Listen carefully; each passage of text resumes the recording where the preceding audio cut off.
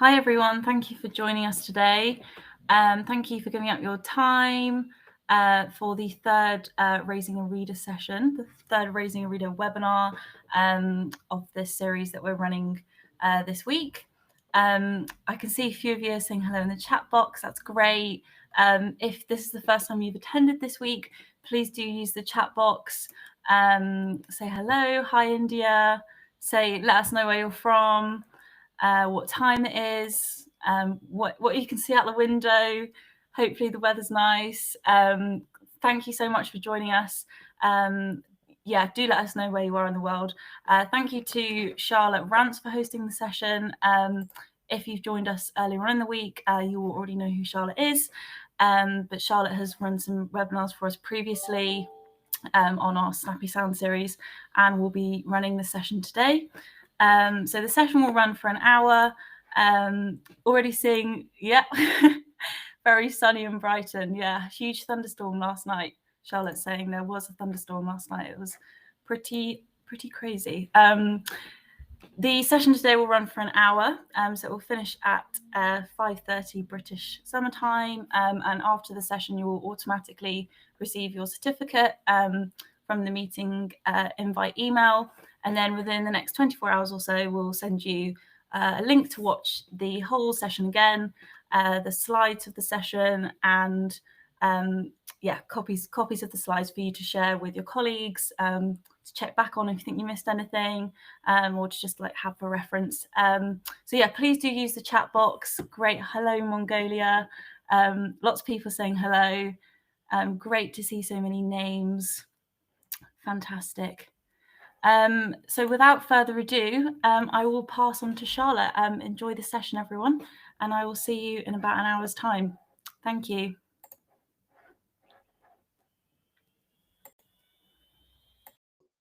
There we go. Get the microphone on. Hello, everybody. Can I get a yes in the chat box if you can hear me and see me? Hi. Good. Excellent. How are we today? Have we all had a lovely day for those of us at the end of it? Are we all excited for those of us at the beginning of it? It's always so nice to see so many different countries represented in our chat box again. Right, okay, so we are here for good so far, thanks, brilliant. So we are here for session 3 of our raiding a reader? No, we don't want to raid the readers, we want to raise the readers. There we go. So session 3, and today we are going beyond the book. Not looking at the reading itself, but looking at some of those things that we can do to get off the page. And we're going to start with a poem. So I'm going to start with a little activity that I like to do. For those of you that were in the session yesterday, we were talking about getting students engaged before reading. And this first activity we're going to do is one of my favorite activities for doing that. So, if I can get my slides to behave, there we go. On the screen, you will find a word cloud. Does everybody know what a word cloud is? Can somebody in the chat box explain to me or give me a definition of what a word cloud is? Now, I love a word cloud. They're absolutely brilliant.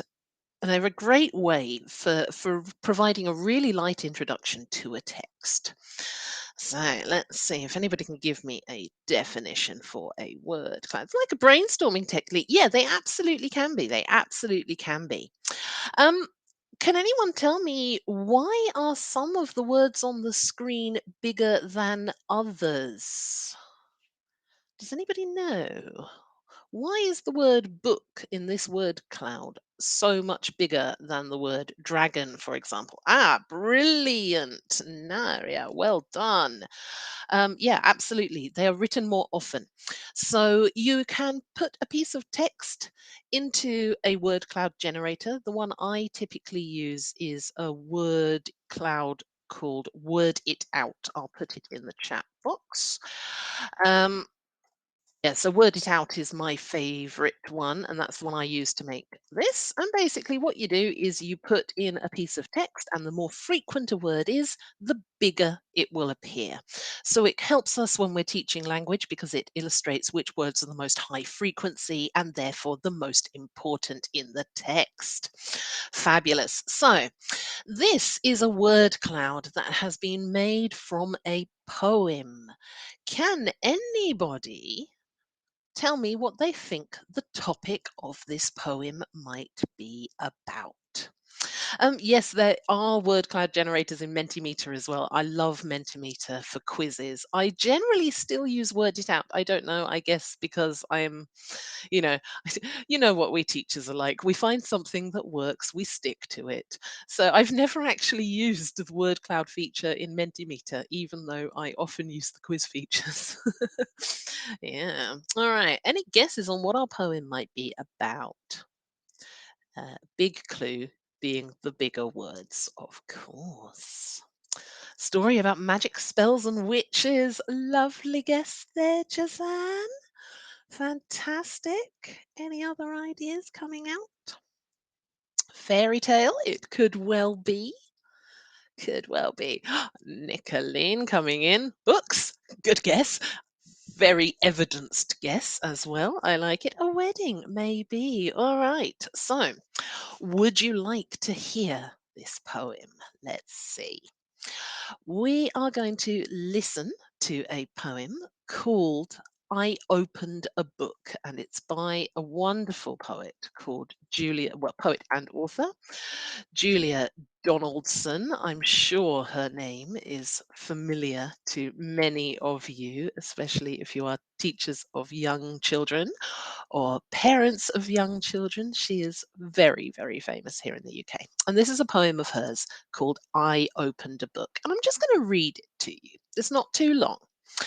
So have a look at the word cloud while you are listening. And when I have finished the poem in the chat box, what does this poem tell us? So the poem goes, I opened a book and in I strode. Now nobody can find me. I've left my chair, my house, my road, my town, and my world behind me. I'm wearing the cloak. I've slipped on the ring. I've swallowed the magic potion. I fought with a dragon, dined with a king, and dived in a bottomless ocean. I opened a book and made some friends. I shared their tears and laughter and followed their road with its bumps and bends to the happily ever after. I finished my book and out I came. The cloak can no longer hide me. My chair and my house are just the same, but I have a book inside me. There we go. I think that's a beautiful poem. I think it's a lovely little poem. So, what do you think the message is behind this poem? Imaginary worlds, absolutely. Self reflection, the excitement of reading, absolutely. Shermine, lovely, lovely expression. Liliana says, ah, books can transport you to different places. Yeah, it really is an awesome poem, agreed. When you read, you travel in your inner universe. Absolutely. Do you all feel like this? I always feel like this. When you've got a good book or a good poem, something that just transports you elsewhere. Transports you. Reading is a life-changing experience. Absolutely. Yeah, so I do recommend, if you're not familiar with Julia Donaldson, do look her up. She's a wonderful children's author.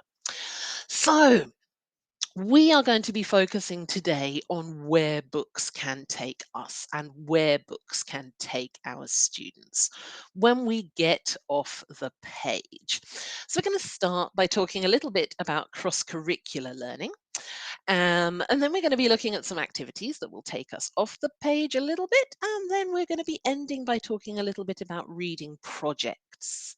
And just for good measure, Another quote on the same theme as the poem there from Dr. Seuss. The more you read, the more things you will know. The more that you learn, the more places you'll go. So, if we are ready, let's go into a world of books. Okay, we're going to start by thinking a little bit about why cross curricular learning is so popular and why it's so beneficial for students. We've got 4 quotes on the screen. I'm going to give you a moment to read them. And in the chat box, which colour square is your favourite of these quotes? Which colour's your favourite and why do you like it? We've got a range of little quotes here. Storytelling is the most powerful way to put ideas into the world. Sometimes reality is too complex, too difficult. Stories give it form. The human species thinks in metaphors and learns through stories. Lovely one. Stories are a communal currency of humanity. Look at that. Isn't that wonderful?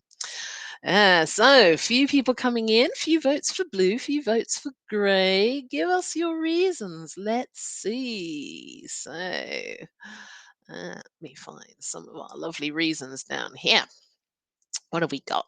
Oop. uh, Now, see, the chat box is moving faster than I can read. Always the way. So you like the Sarah says she likes the peace and tranquility of green. I agree with that.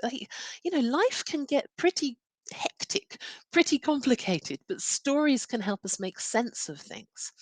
Um, yeah, a few people going with yellow as well. I think that's an important message. Metaphors are a fun and creative way to understand things. Absolutely.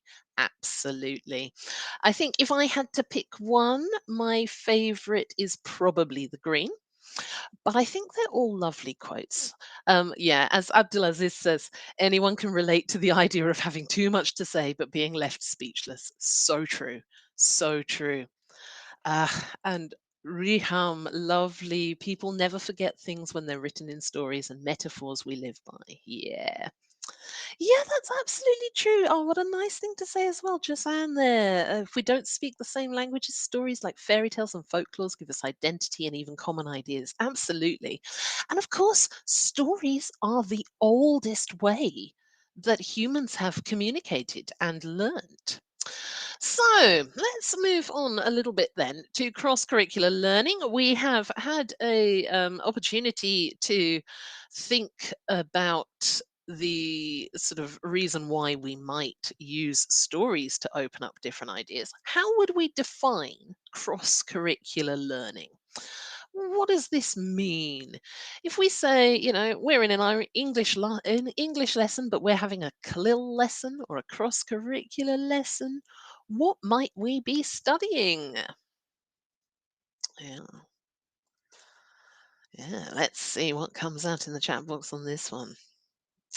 Integrated learning, excellent. Okay, what are we integrating then? Teaching about the culture, absolutely. History, science, so other subject areas, indeed. We could be learning about geography.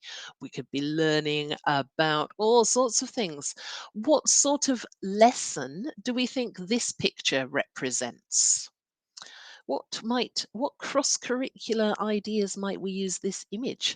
We could be using it for all sorts of different things. There are multiple possible answers. So it might be a science lesson. We might be learning about radar technology. We might be learning about how boats and submarines work. We could be learning about computing. We could be learning about careers. There are 1,000 things we could talk about or learn from this image. But what we can say is that cross curricular learning has two core principles. Two core principles. Number one, the target language, in our case, as English teachers, we're talking about English, is being used to learn. It's not just used for communication. So, English, the target language, is the language we are learning through. Benefits of this, of course, is that children can start to see that English isn't just a lesson in school. English is a language, just like whatever native tongue they speak, with the same purposes. We use it for the same reasons. It's just spoken in a different country. So English stops just becoming the subject that we are learning at school and starts to be a tool that we can use to acquire new information. So first rule of cross-curricular learning, target language is used to learn, not just to communicate. The second core rule is that the subject matter determines the language that we teach and the language that we use in the classroom. Now, often when we are thinking about cross-curricular learning, there's a tendency with language teachers, we will naturally try to simplify the language that we are teaching, the language that we're using. We want our students to be successful. It's what we do every day. It's our automatic way of doing things. But if we're really going to be looking at cross-curricular learning, then we need to accept that the language that we are teaching and the language that we are using should be the language of the subject matter. So, if we are teaching a science lesson, then we're going to be using more low frequency scientific language. If we're going to be teaching a mathematics lesson through English, then again, we need to be using the right terminology that we would use in a native speaker situation. Brings a few challenges, of course. We, especially with younger learners who have limited uh, English functionality, functional English, or even, with children who are native speakers. Because of their age, the low frequency language can become challenging. Um, and I think that the thing that we need to remember here is that we need to, as teachers, make sure that we are not just saying, this word means X. We are saying this word means X and then using that word going forward.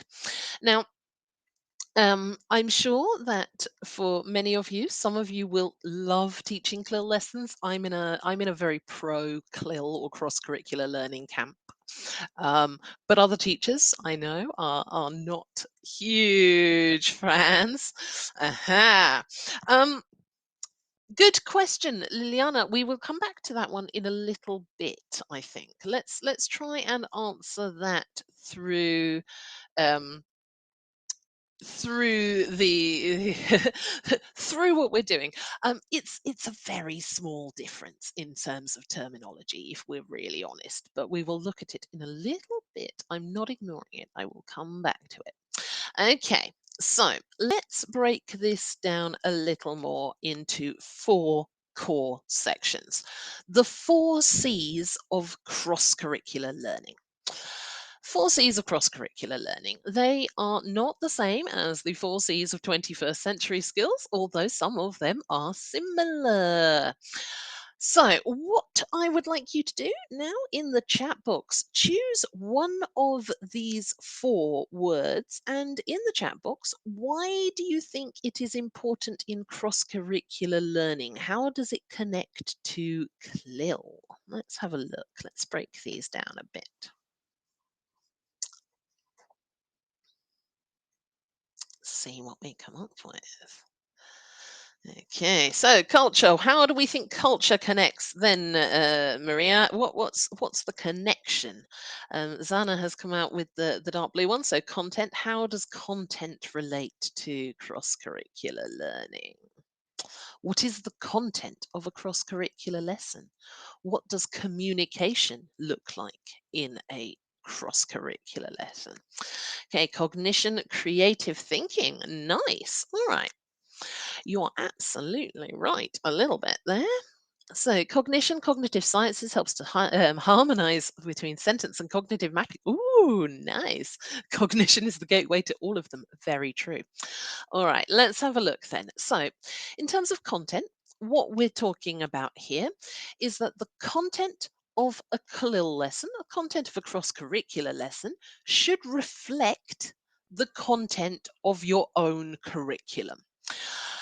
What does that mean? Well, if we're teaching a cross-curricular lesson with a strong mathematics theme, for example, the topic of what you're doing in your English lesson should extend and reflect what they are learning in their specifically mathematics lessons. So while we are learning through English, we need to be tied in parallel to where they are in terms of development. Um, Students essentially covering the same type of content through their first language and through English. So content should be parallel. Content should be parallel.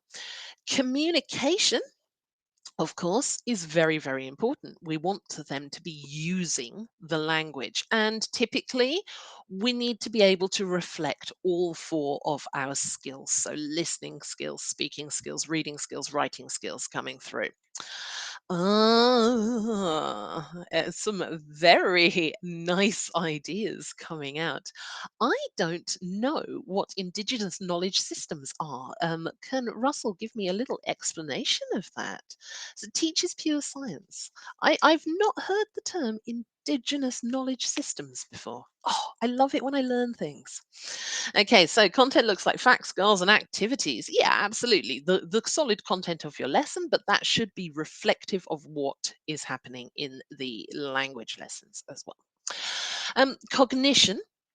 Essentially, many of you have already pointed this out. So, the cognition is all about learning to develop the thinking skills within the classroom. And typically, we're looking at a strong focus on discovery and a strong focus on experimentation. Not having information given to us, but giving the students opportunities to find that information. And then, of course, the cultural element, getting the students exposed to different ideas, different perspectives, being able to learn about themselves and their own cultures by contrasting and finding similarities between other cultures. And it's through doing these things that English stops being a lesson and starts being a tool for learning. Um, so a lot of you are coming out with which ones you think are the most important. I would say, they are all equally important. The four C's. A good cross-curricular lesson should involve all of these aspects. And as we have already established, one of the best ways that we can teach and learn these things is through stories and through discussions. So, we're going to do a little bit of an experiment here. Yeah, yeah. I think Shireen, the way I think about it is that, it's unless you are a crazy polyglot who just likes to collect the knowledge of as many languages as possible, most of us learn language for a reason. If we are learning English as our second or third or fourth language, it's probably because we're going to need it somehow, not just because we want to know it. And my long list of languages, okay, today I mastered English, tick. Yeah, there we go. Linguistics as well. Brilliant. All right. So someone has already ordered our little. Do we know what this is? Can anyone identify this animal? It is an. So cute. Fox, indeed, an Arctic fox. So, this is a talk about textbook, and of course, books are a fantastic way for us to learn about all sorts of things. If we are looking at this as a cross curricular experience, title of our book is Animal Adaptations. Any idea what we think the type of lesson is here? Are we studying mathematics through reading this book? What's our subject area? Let's have a look. Science, yep. Zoology, okay. Animals, biology, maybe, yes. Uh, what do we think the title means? Animal adaptations. Anything else that might come out in this? Yeah. Geography, absolutely. Yeah. There's going to be elements of geography that come into this as well. So, habitats, as Suzanne has said, changing habitats, different ways that just students, animals need to, Freudian slip, mean animals, said students. Oops. Yeah, different ways that climate might focus. So let's go back to our big C's then. We've got our content. Our content is all about climate, geography, nature, the way that animals change. What is our language point here? What vocabulary might students need to be able to talk about these? What type of words do we expect to find inside our books? Words connected to, okay, habitats, cohabitation. Yep, living together. So we might have words for different homes for animals, for example. A fox lives in a. Can anyone tell me what the word is for a fox house? Hmm, let's see. Yeah, so we're going to need words about the environment as well. There might be some weather words. Yeah, den, there we go. Fantastic. Or a burrow would also do. Yes. So we wouldn't be using the word home. We wouldn't talk about the fox's house. We would talk about its den, or we would talk about its burrow in the classroom, because remember, the language we are using is the language of the subject. Foxhole. Absolutely possible as well. We might also be using words connected to climate, so cold weather words. We talk about snow, we talk about seasons, we talk about habitats, etc. All right. So let's have a look at how we could bring this off the page in the classroom. Here we go. So, one thing that we talked about yesterday, and we're going to bring up again today, is those visualization and imagination techniques. And this is an absolutely lovely little activity that taps into those. So this is an activity that does not come directly from the Talk About text box, although they are from another wonderful Macmillan resource, which is a box called Writing Prompts, which I thoroughly recommend having a look at if you can. And this is all about putting yourself in the shoes of an animal. And the idea here would be to do this as a group activity. So getting them working together. Why do we want to do this in groups? Well, obviously, two heads are better than one, etc. Getting them to generate ideas and work together. But also because we are looking at an increased level of challenge in terms of our vocabulary. We want the students to be using accurate terminology, accurate wording, trying to use that vocabulary. And that vocabulary is going to be challenging, it's going to be high frequency, and it's going to be above their typical level. And if we think back to what we were saying in our first session on Monday, when we're working independently, it's important that the students are able to get as much out of the material as possible. So typical independent reading being below level. But in here, in a classroom situation, we've got that extra challenge. We're going to need to have maybe a couple of extra brains. And absolutely, the children's arguments are lively too. And this activity really generates some discussion. So the idea here is that we give the children some choice, we give them some opportunity. So the wonderful book of animal adaptations, it has lots and lots and lots of different types of animals in different situations. So we can give them a choice, and we would say, okay, go through the book and I want you to choose one of the animals. Choose one of the animals from the book in your group. And then we're going to write about imagination. Let's imagine what that is going to be like if you are living as an Arctic fox. So, how would you move around? What do you do all day? What do we think about? And enabling. Thank you, Russell. I'm gonna copy and pin that so I can read that later. I love to learn.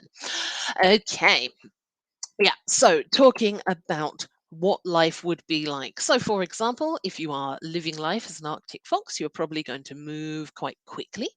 You might be moving from one place to another as quickly as you can, moving at night time, trying to avoid predators, and all of these are lots of different nice, juicy subject words that the students can start to use. What do you do all day? Up to them. They can imagine, they can be as creative as they want to. And of course, what do you think about? Well, this is an open end of possibility. What do you think that an Arctic fox thinks about? Give me your ideas in the chat box.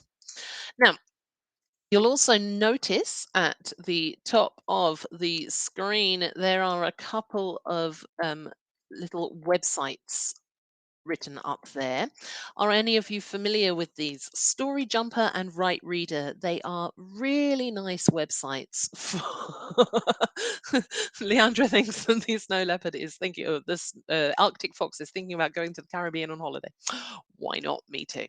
Um, yes. So, Story Jumper, Right Reader. These two websites are great for creating stories and image stories.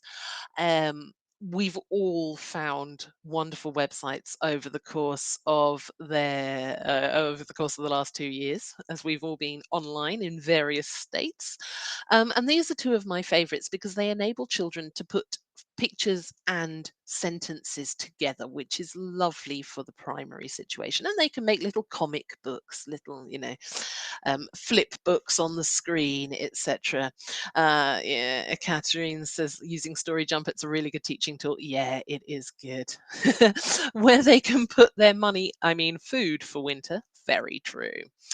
Okay, brilliant. So, do recommend checking out both of those websites when you have some time. Let's have another look at another example. Okay, same questions again. What's the subject of this book? What is our content area? What are we learning? Another Story Jumper fan in there. Yeah, it's a great tool, isn't it? Yeah. It's 3 for 3. Okay. Oh, science, germination. Good work on the terminology. Science, growing plants. Absolutely. Let's grow some beans. Now, any particular type of vocabulary that our students are going to need here? What type of words are we going to have to teach? Agriculture, botanic, crops, farming, fantastic. Soil is a brilliant word. We're definitely going to need that one. Any more? Sow, harvest, absolutely. Cultivate, great word, brilliant. Nature stems, so plant parts, absolutely. Seeds, leaves, etc. Words for growing things, so sunlight, water, plant needs, fertilizer, all of that coming out as well. Now, one thing that we can say is that books are brilliant and we love them. And when they're engaging, they can take us a million and one different places. What makes books better? Using our knowledge to get hands on. So, as we can see, a couple of pages here from Let's Grow Some Beans. And what you can see is that within this book there are the step-by-step instructions for growing some beans. Now, we already mentioned how important it is that we are using our cross-curricular opportunities to experiment.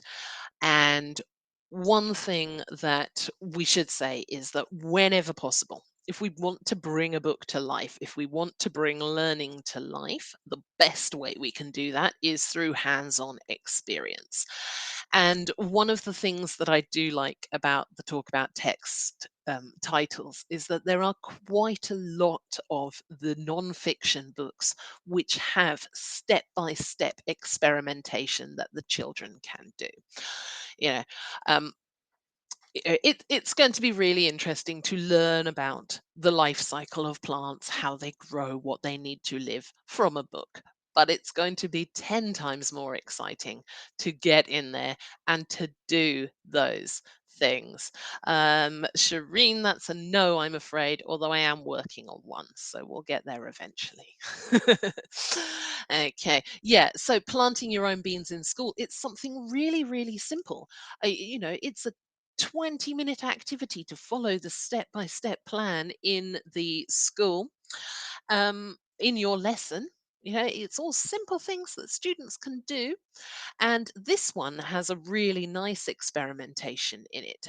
You'll notice on the screen it says labeling the plants 1, 2, and 3. And this experiment actually encourages children to find out what it is that beans need to grow. So you take 3 beans and you put one in a cupboard so it doesn't get sunlight. You don't give one water so it doesn't grow. And then you give one that is sunlight and water, and lo and behold, it will grow. And there's nothing that's absolutely, we're going to observe the growth and we're going to write down our findings. Now, another big concern that English teachers have when we bring cross-curricular learning and non-fiction books into the classroom is that worry that you need to be an expert. I'm not a science expert. Can I teach this effectively? Well, I am an English teacher, so I can teach the words. But the support and the step-by-step processes that come with the book enables you to do the very, very nice, simple, but useful and practical and hands-on activities that you might need to do without worrying you're going to get it wrong, as it were. Okay, so let's move on and talk a little bit about projects, specifically projects about books. So, if we talk about projects in general, a few missing words on my screen. They must have a something. Students work. They take place over. Hmm. What do we think my missing words might be? In the chat box, pick a sentence, try and finish it for me. Let's see. Okay, see what's coming out in the chat box. Students work hard. They often do when they're working on projects, because it's more hands-on. Students work together, a couple of people have said. Working groups, okay, similar ideas. Collaboratively, lovely word. Uh, Cooperation, cooperatively, absolutely. Projects integrate different language skills. Brave from Liliana, striking out with a different sentence. Excellent. Any idea what the first one might be? They must have a theme, a goal, a purpose. Nice options there. Take place over. What do we think might finish that sentence? They must have a plot. Ooh, books must have a plot. Framework? Absolutely. We all need a framework. Framework's the teacher's best friend. Hands on experience. Nice. Okay. Over a period of time. Aha. What about the last one? Nobody's given me a guess for that. They are typically what? What does a project typically have? Engaging. Yes, they are. All right. Some very good optional answers. Here's what I went with. So, a reading project must have a product, an end result. Okay, so if we think about our inquiry jars that we were looking at yesterday, that could be the end product of of a project, making a thing. It might be a video, it might be a play, it could be anything, a poster, a, a something has to come out at the end of it. If it doesn't have a product, it's probably not a project.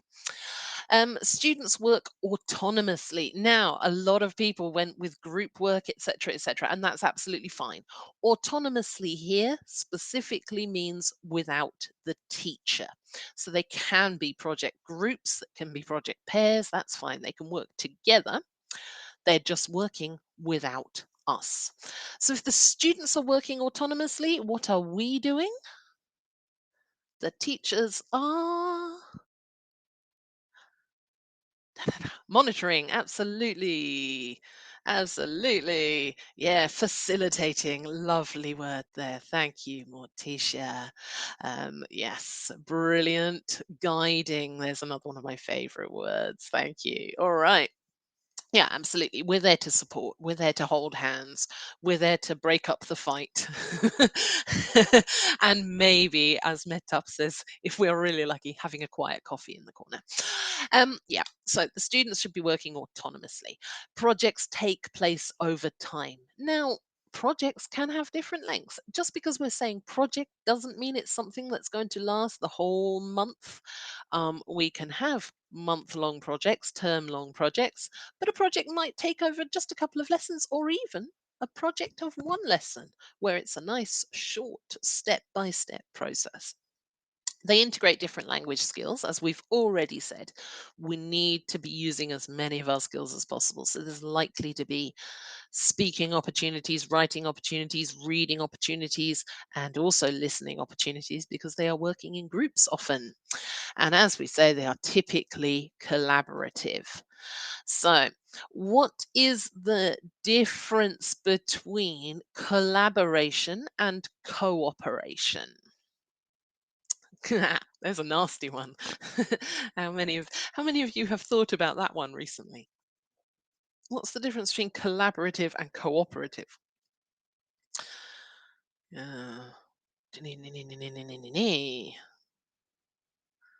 So collaboration is working together. Okay, yeah. All right. So cooperative, if you're working cooperatively, you might all be doing different parts of one thing, but it doesn't necessarily mean you are working together. You are working at the same time, but you might be working independently on different parts. If something's collaborative, then that collaboration is the combined work. Absolutely. As Susan puts it down, it's combined work. Everything that you are putting in is coming together to make one project. So possible for projects to be cooperative without being collaborative, and it's very difficult to be collaborative without being cooperative. Cooperative just means working together. Collaborative means working to create something together. Okay, so let's have a look at some different type of projects. But before we do that, what sort of reading projects have you done in your classrooms? What sort of projects do you generally go to when you've been doing some group reading in the classroom? Let's have a look. Nice themed book projects. Reading for pleasure projects with adults. How do they work? Campaign videos, book reports. I'd love a book report. Yes.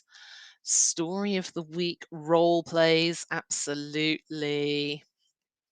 Yeah, love a role play. Role play is often very good. Coming up with posters, good. So nice artistic, creative ideas. Crafts for the story. Oh, nice. Excellent. Oh, yeah, arts and crafts, fabulous. Good, good, good. Choose a book of interest, read it through the semester, and make a journal. Nice. Nice. So, journaling. So, as we've seen, there's lots of different things that come out. It might be a video project, it might be an audio project, it could be a web project, a poster, something creative, it could be dramatic, and it could be a piece of writing. And all of these are going to be nice options. So let's have a look at a few of my favorite reading projects that we can do. And first up is a little reading project which taps into the ideas that we spoke about yesterday in terms of recreating and retelling stories. So, this is the idea called the bare bones story. Basically, as the teacher, what I have done here is I've taken the book Kitten and Crow and I have condensed it down into its most simplistic form. The plot point. Ta-da-da-da-da-da. A kitten is lost. A crow finds her. The crow tries to help. The kitten is happy. Not a very interesting story. So, so the idea here is that the students work together to create that story. And this activity can be done before or after reading. Okay. If we do it before, it's a prediction activity. If it's done post reading, then it's a reflection, retelling, recall activity as well.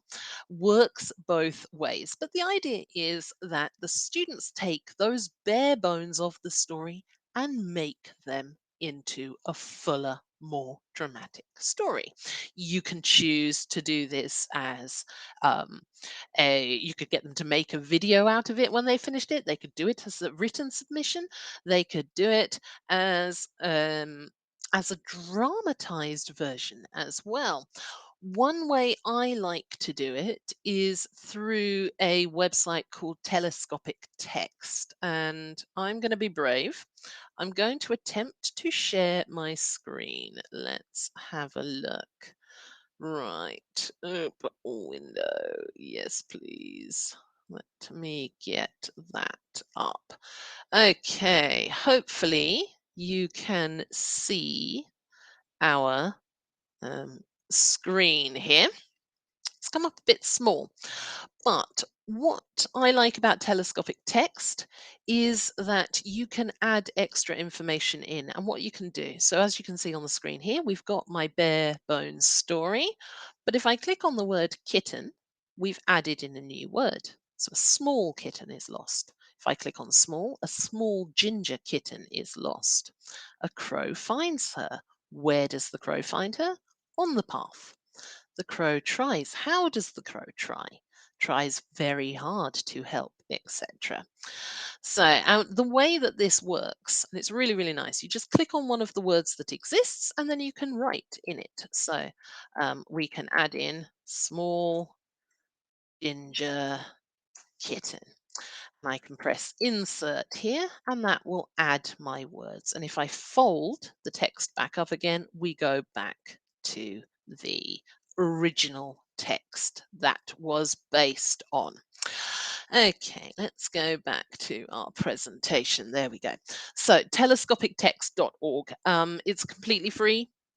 You can set up, if you want to save your texts, you need to set up an account, but the account is also free. And it's quite a nice little way for students to be able to work on and expand their ideas. We've already mentioned creative arts and crafts posters.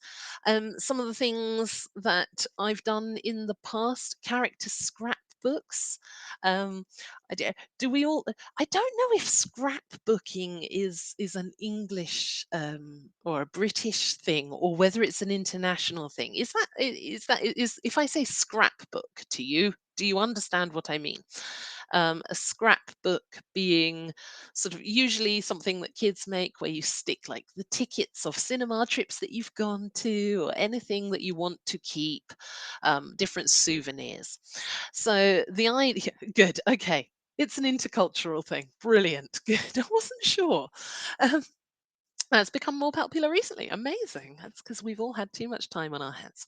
So, making character scrapbooks, what we can do, they can draw pictures of the characters, they can find images of things that they're interested in.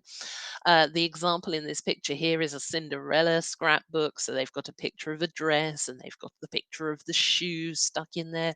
They can write little bits of text. Um, some of you already mentioned posters. So, advertising posters to sell the story to your friends, or different types of posters. The one at the bottom, a story collage that we've seen here. So, making a beautiful picture that represents the story, sticking in all of the different elements, make it nice and tactile. And of course, then we can use these for show and tell type activities as well. But they don't all have to be directly written down. Another one that I like, which again taps into that imagination side of things and that envisaging side of things, is soundtracking. So something that you can do again when you've done post reading activities, doing a soundtrack to the story or a soundtrack to the book that you're reading.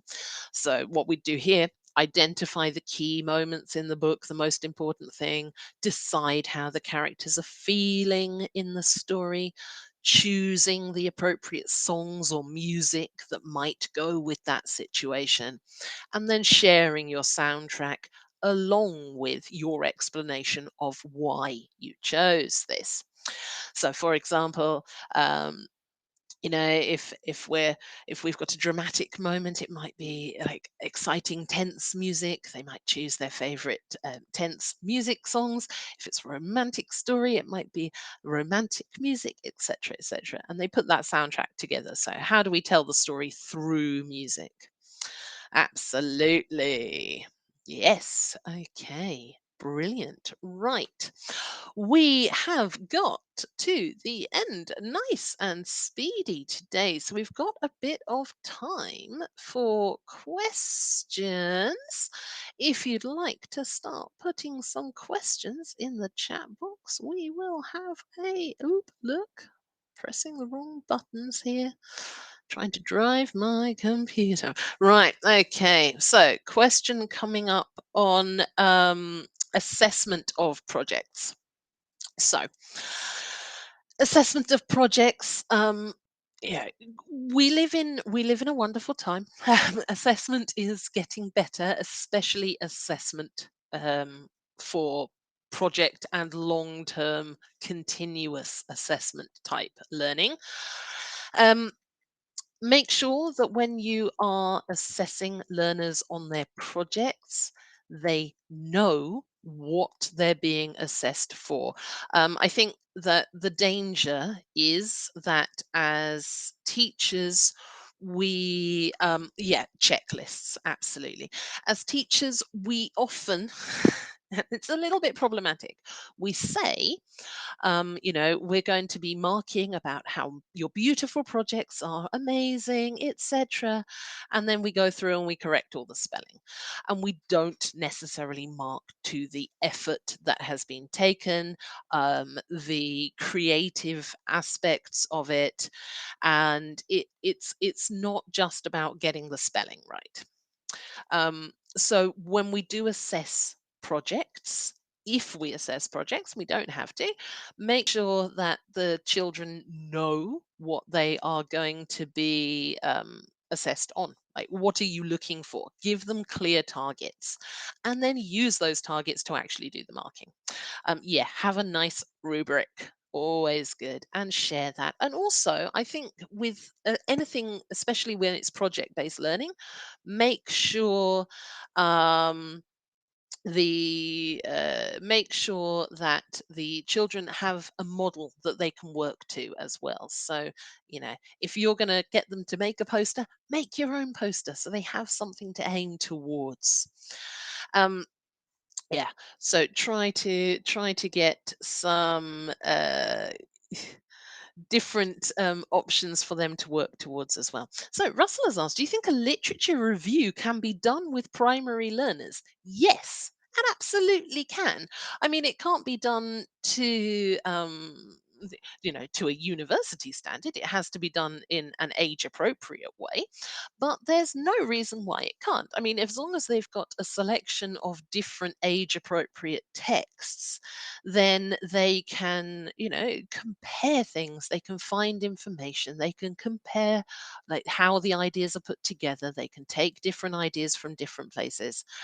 Um, so yeah, there is no reason why you can't do that sort of thing, as long as it is toned to the age of the students and that the materials that they are using for those literary reviews are appropriate in terms of age and level as well. Um, I did see another question coming in. Good books for grades 2 and 3. Well, I mean, I'm here talking about talk about texts. I've been talking about talk about texts all week. I really like talk about texts. The reason that I like talk about texts is that there is a student version of the book and there is a teacher version of the book.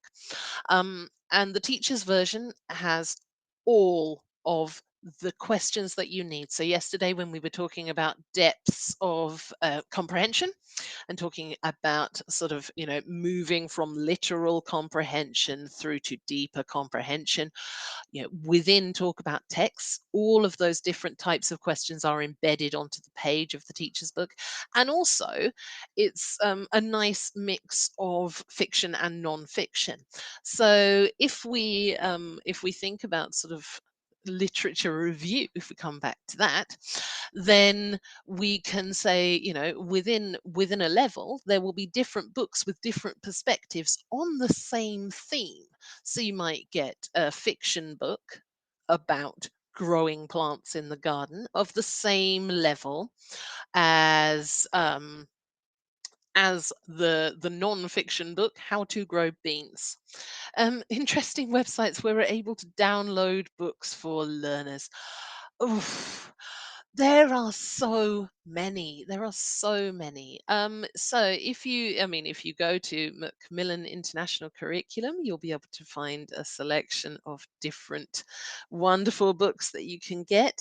There are, of course, story videos of books online that you can access through a number of different places.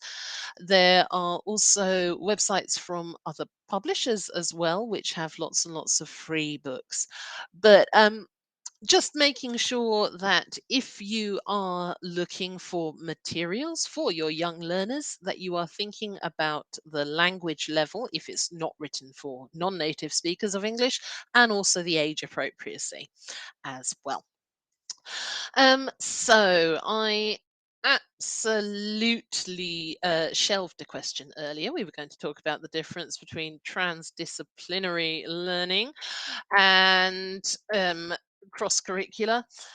I think the sort of the concept of transdisciplinary learning, it's a little bit bigger. So with transdisciplinary learning, you're going to be learning about one concept, one idea from the perspectives of different subjects. So we might have the topic of, let's go with global warming or climate control, and you'd be thinking about, so if I am in fashion design, how do I think about global warming? What does it mean for fashion? If you are in thinking about it from an engineering perspective, what does that mean for how buildings go? So when we talk about transdisciplinary learning, we're talking about learning something from different perspectives. When we're talking about cross-curricular learning, we're talking about bringing different subjects into lessons within the school, if that makes sense. I think that is probably the best way I can do it. Right. We seem to have pretty much run out of time, and we seem to be running out of questions as well. But thank you all for sticking with us so far this week. And we do have the final one of these 4 sessions on Monday, same time, same place. So I look forward to seeing you then. And Monday's topic is all about making the school home connection. So how can we extend the reading that we are doing in class to the parents, and how can we get them to help us to generate that love of reading in English? Right. Thank you, Charlotte. That was great. Thank you so much. Lots of great feedback in the chat as well. Thank you to everyone for using the chat box. Lovely. Getting involved. Love it.